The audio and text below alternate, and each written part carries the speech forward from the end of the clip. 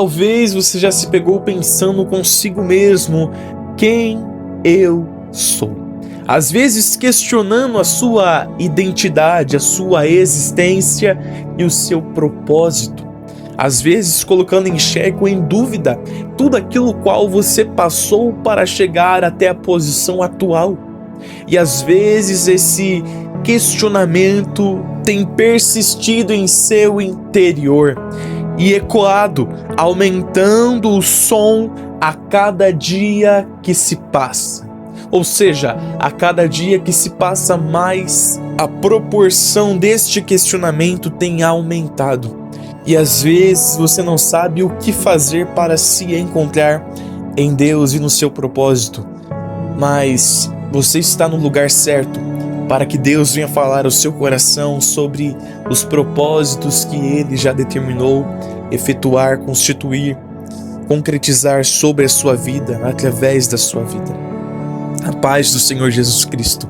Seja muito bem-vindo a mais um vídeo no canal Abner Jovem Cristão. Eu me chamo Abner e eu estou aqui como o mensageiro do Senhor para trazer uma palavra ao seu coração e te ajudar de alguma maneira a se aproximar de Deus. Neste vídeo de hoje vamos ler uma passagem que toca muito ao meu coração e está muito interligada nesta reflexão que vamos abordar neste vídeo sobre este tema, crise de identidade. A passagem qual estou me referindo, qual nós vamos ler neste vídeo de hoje é Evangelho de Lucas, capítulo de número 9, os versículos de número 34 e 35. Se você puder, leia comigo, que assim vai nos dizendo. E, dizendo ele isso, veio uma nuvem que os cobriu com a sua sombra. E, entrando eles na nuvem, temeram. E saiu da nuvem uma voz que dizia: Este é o meu filho amado, a ele ouve. Aleluia! Caros irmãos e ouvintes, estamos diante de uma passagem muito tremenda, a passagem da transfiguração. Jesus toma consigo a Pedro, a João e a Tiago e sobe ao monte a orar. Este monte que também é denominado por muitos como Monte da Transfiguração, pois foi justamente neste monte em que ocorreu a transfiguração de Cristo. Jesus, estando orando, transfigurou-se a aparência do seu rosto, e as suas vestes ficaram brancas e muito resplandecentes. E eis que estavam falando com ele dois varões, que eram Moisés e Elias em espírito, os quais apareceram com glória e falavam da sua morte, a qual havia de cumprir-se em Jerusalém. Pedro, o apóstolo Pedro, discípulo Pedro, em um determinado momento da passagem, justamente aquele discípulo que era um dos mais ousados, pergunta a Jesus se Jesus não queria, em outras palavras, que Pedro fizesse 3 tendas. Uma para Jesus, outra para Moisés e outra para Elias. E dizendo Pedro isso, em outras palavras, veio uma nuvem que os cobriu com a sua sombra. E entrando eles na nuvem, temeram. E justamente daquela nuvem saiu uma voz, a voz do Pai Celestial, a voz de Deus, que dizia aquelas palavras qual nós lemos no versículo de número 35. Este é o meu filho amado, a ele ouve. Ou seja, Deus estava testificando acerca da legitimidade da filiação de Jesus como primogênito ou unigênito do Pai. Ainda que os discípulos não necessitavam de provas de que Jesus era o Filho de Deus. Mas é interessante nós analisarmos este ponto acerca daquilo que Deus Pai disse para Deus Filho, ou seja, Jesus, acerca de que Jesus era o seu Filho amado, a ele ouve. É muito interessante nós voltarmos um pouco atrás, alguns versículos antecedentes a esta parte do capítulo, aonde nós vemos Jesus, em outras palavras, perguntando aos discípulos o que a multidão dizia sobre ele, sobre quem era Jesus. Os discípulos então respondem que, em outras palavras, a multidão dizia que Jesus era João Batista, outros Elias e outros, alguns dos antigos profetas que havia ressuscitado, em outras palavras. Jesus havia perguntado para os discípulos quem era ou o que a multidão dizia sobre ele. E os discípulos responderam que a multidão falava que Jesus era ou João Batista, Elias ou alguns dos outros profetas que haviam morrido e ressuscitado, ou seja, que Jesus era um dos profetas que havia morrido e agora ressuscitado, em outras palavras. Contudo, depois dessa pergunta e da resposta dos discípulos, Jesus pergunta agora aos discípulos: e vós, em outras palavras, quem dizeis que eu sou? E Pedro toma a frente, toma a parte, toma o tempo, o momento de fala e diz que Jesus era o Cristo de Deus. E é tão interessante nós analisarmos acerca da resposta dos discípulos à primeira pergunta que Jesus havia feito. Pois se voltarmos a alguns versículos anteriores, mais especificamente os versículos de número 7 ao 9, nós vemos Herodes, o tetrarca, também se questionando acerca de quem era Jesus.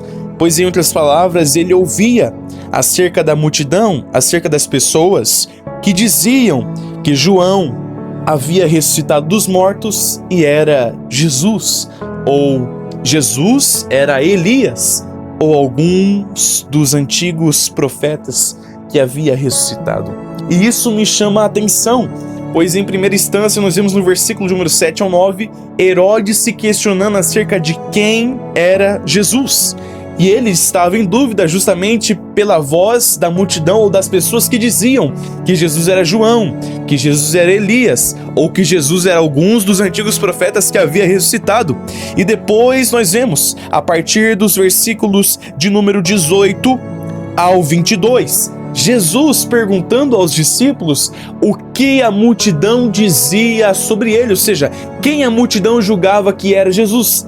Os discípulos respondem praticamente a mesma coisa daquilo que Herodes havia ouvido alguns versículos anteriores, que a multidão, que as pessoas diziam que Jesus era Elias, João Batista ou alguns dos antigos profetas que havia ressuscitado. E depois disso nós vemos Jesus na transfiguração, no Monte da Transfiguração, aonde ele levou consigo somente a Pedro, Tiago e João, e ali transfigurando-se, resplandecendo-se, aparece justamente Moisés e Elias. E é justamente neste momento que nós vemos o desfecho da reflexão, qual o Senhor tem me direcionado a introduzir neste primeiro vídeo desta série de vídeos que visam, que buscam um renovo genuíno em Deus. Quando paramos para analisar estes fatos apresentados no capítulo, percebemos que a voz da multidão que cercava Jesus dizia muito sobre quem eles queriam ou quem eles julgavam que Jesus era. A multidão julgava que Jesus era João Batista, que neste presente momento já havia sido morto, decapitado por Herodes. A multidão julgava que Jesus era Elias, ou alguns dos antigos profetas que havia ressuscitado. Jesus tinha muitas tentações a aderir àquilo que a multidão dizia sobre quem ele era. Ou seja, a multidão, em outras palavras, tentava induzir Jesus a acreditar que ele era algo que na verdade ele não era. Pois Jesus não veio cumprir o papel de João Batista, que era justamente a figura que havia sido levantada por Deus para preparar o caminho de Jesus. A voz do que clamava no deserto, aquele que prepararia o caminho de Cristo antes da vinda de Jesus, do início do ministério messiânico de Jesus na terra. Jesus não era João Batista, Jesus não era Elias, Jesus não era sequer alguns dos antigos profetas que havia ressuscitado. Jesus é aquilo que a voz do Pai Celestial testificou dele. Este é o meu Filho amado. Aqui nós encontramos o ápice da reflexão. Em que sentido? Como Jesus, nós somos influenciados ou induzidos pela voz da multidão, daqueles que nos rodeiam, daqueles que nos cercam, a acreditarmos que somos algo que Deus não nos fez para sermos. Ou seja, a multidão vai tentar gritar nos seus ouvidos que você é algo que Deus não te fez para ser. As pessoas, o sistema mundano, a voz do inimigo, a influência do inimigo sobre a vida daqueles que estão no meio da multidão, vai tentar te convencer a acreditar que você não é aquilo que o Pai Celestial está dizendo sobre você. Vai tentar te convencer a acreditar que você não foi feito para vivenciar o propósito que Ele já determinou sobre a sua vida. Vai tentar te convencer a acreditar que você não é que você não é justamente aquilo que Deus está testificando sobre a sua vida. Ou seja, quando entendemos o que estava ocorrendo com Jesus, o que o inimigo, usando a boca das pessoas, estava tentando fazer com Jesus, nós entendemos qual vai ser a atuação do inimigo sobre as nossas vidas. Pois desde o começo do ministério de Jesus, esta foi a meta do inimigo. O quê? Crise de identidade. Tentar fazer com que Jesus acreditasse ser algo que ele não era. Ou tentar fazer com que Jesus desacreditasse do seu propósito. Evangelho de Mateus capítulo 4. O inimigo, quando aparece a Jesus, depois de Jesus ter jejuado 40 dias e 40 noites, em outras palavras diz: se tu és o Filho de Deus, manda que estas pedras se tornem pães. Por que o inimigo inicia com se tu és? Porque ele queria colocar dúvida em Jesus. Se você é o Filho de Deus, usa o seu poder. O Filho de Deus tem poder. Manda que estas pedras se tornem pães. Se você é o Filho de Deus, usa o seu poder. Mata a sua fome. Sacia a sua fome. Mas Jesus se manteve resistente à tentação que o inimigo estava tentando lhe proporcionar. Pois Jesus não permitia com que nada ou ninguém viesse a descredibilizar a legitimidade do seu propósito. Jesus sabia quem era e para que ele havia vindo, para onde ele iria depois da sua morte. Jesus conhecia o seu propósito. Sabe o que isso significa? Sabe o que Deus tem me direcionado a falar, a pregar nesta reflexão de hoje, justamente sobre a sua vida, meu querido? Às vezes o inimigo tem tentado te convencer a acreditar que você é algo que Deus não disse que você é. Ou seja, o inimigo tem medido esforços para tentar fazer com que você venha acreditar que você é algo que Deus não te fez para ser. A influência da multidão, a influência da sociedade, a influência daquilo que está ao nosso redor tenta nos convencer a acreditarmos que nós não somos bonitos, que nós não somos bonitos da maneira com que Deus nos fez. O inimigo ao nosso redor vai tentar nos convencer a acreditar que nós não fomos formados por Deus por um propósito ou para cumprir um propósito. O inimigo vai medir esforços para roubar de você a sua identidade, a sua filiação, a sua credibilidade como filho de Deus. Não permita com que o inimigo venha roubar o que Deus depositou, colocou, derramou sobre a sua vida.